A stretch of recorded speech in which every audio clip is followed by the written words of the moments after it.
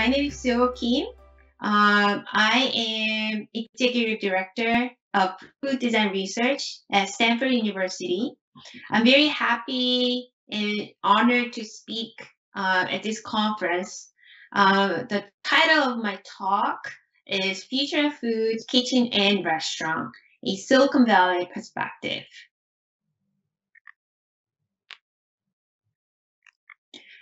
Before I begin my talk on food innovation, let me talk briefly about where I work at. So I work at Stanford Design Program, and we have broad research topics on design thinking. Of course, we have design thinking research. We also study robotics, car, city, healthcare, and I lead food design program. And we also have a D school where we teach design thinking to students who don't have a background in design, but want to learn how do you think as a designer. This is a snapshot of D school. It's an open space. We also design space to teach design. So it's basically studio-based classes we host over here. So as I said, I lead Stanford Food Design Lab, and we have three large topics: future of food, future of kitchen, and future of restaurant. So today I'm going to talk about why Silicon Valley has been popular for food innovation, and also becoming a place for prototyping for future of food. I'm sure a lot of people heard about this food tech company called Impossible Food. As their very first product, they launched the product called Impossible Burger, 100% plant-based, also Stanford spin-off out of School of Medicine. So this company has built and shown food tech companies can be scaled up just as like tech startups. So this created big potential for investment for food tech companies. We also have a lot of lab-grown food companies that are coming. This is called the Fitness Food. There are two founders. Their claim is fishes are disappearing. So in 20 years, the edible fish are disappearing. So because of the increase of the ocean temperature, microplastics, pollutions, so many reasons.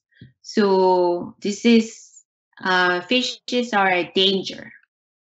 So what they're doing is they're trying to sample out of the cleanest fish. This is tuna, for example, and they store and grow the fish sample at the lab, and this is so-called cell agriculture, and they make cultured fish, and as an outcome, they make like a sashimi, raw fish, out of lab. So this is not plant-based food, but cell-based. So this is something that a lot of companies are doing in Silicon Valley. There are other examples like Good Catch, Ocean Burger. They use tomato. Also, the Wild Type, this new startup, make cultured salmon using cell agriculture technology. I really like this company. This is called Appeal Science. Due to COVID, we experienced high demand produce and high demand, but short in supply, because we have a lot of temporary workers in short who can help on harvesting. This is harvest season, and there are a lot of produce are not being picked up. So this company, Appeal Science, so they use the natural plant-based the coating out of the pear, and if you spray it, you can make it fresh up to 65 days. So you also see banana, to comparison without appeal and with appeal. So this technology helps produce the shelf life way longer, 3 times longer. So this is upcoming technology that a lot of investors are paying attention. This is another example, Stage Fresh, similar technology. So they've been collaborating with grocery stores and try to minimize the food waste. So due to COVID, a lot of restaurants are closed and also limited in the capacity of the having number of guests indoor. So this company, Bear Robotics, has been pretty popular and getting a lot of attention and investment. So they are waiter robots. So they deliver food from the kitchen to the hall where customers are dining. So they're minimizing the interaction between the human and customers. This wasn't intended for COVID. This was trying to assist the waiters who have to carry very heavy dish, so that our waiters can pay attention on other errands. But due to COVID, this has been uprising, getting really significant. This is interesting photo, which has been pretty popular on Facebook. So this is the snapshot of the grocery store. On the left and right, it was pork and beef and chicken. So all meats are gone, but the plant-based meat, alternative meats are left. So a lot of people say, oh, this is a great technology, but people don't buy. So this was right after COVID, around like April, when people were buying a lot of meats, stocking up at home. So the plant-based meats were not popular back then, and a lot of people said, "Oh, people still don't buy because it's not tasty." However, the plant-based food getting really important, because there are a lot of COVID cases were arising at the meat processing factories. So a lot of people were concerned if the contaminated the meat can spread the COVID virus. So then that's when plant-based meat got really popular.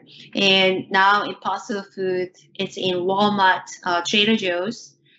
Beyond Meat, they are now building a manufacturing facility in China. Another project that I paid attention is autonomous tractor. This is called the G tractor, and they are launching the very first autonomous electric tractor next year. And So they're utilizing autonomous vehicle technology to tractors and helping farmers to automate the harvesting and the processes. They also use a LiDAR technology to detect any barriers on the field. This is another Stanford spin-off called Plenty. It's an indoor vertical farming, so they are, I believe they're the Series B stage, and I now already can buy their salad mix from Safeway in my neighborhood. So they already proven they could manufacture this produce indoor and vertically. So this has been getting really popular. Also, no GMO. It's free from microplastics and so on. So they claim that you can get really controlled, clean salad. This is the most interesting food startup in Silicon Valley I have observed. This is called Air Protein. So they're utilizing the technology that the NASA has developed 40 years ago. So when they were designing and developing a lot of technologies for astronauts, because they're doing moon project. So basically, they are using large energy to crash into the air. Then they can get this flour-like, powder-like protein out of the air. And now they're testing to turn over to other food, like a taco, like dim sum, like kind of a ground meat. So they're testing this new technology. So there are a lot of interesting technologies are coming in Silicon Valley, and here's my presentation, and I'm happy to answer any question if you email me. My name, So Kim at stanford.edu, and we do a lot of collaborations with international companies and international food tech entrepreneurs. So feel free to shoot me email if you have any idea, any questions. Thank you so much for listening my talk.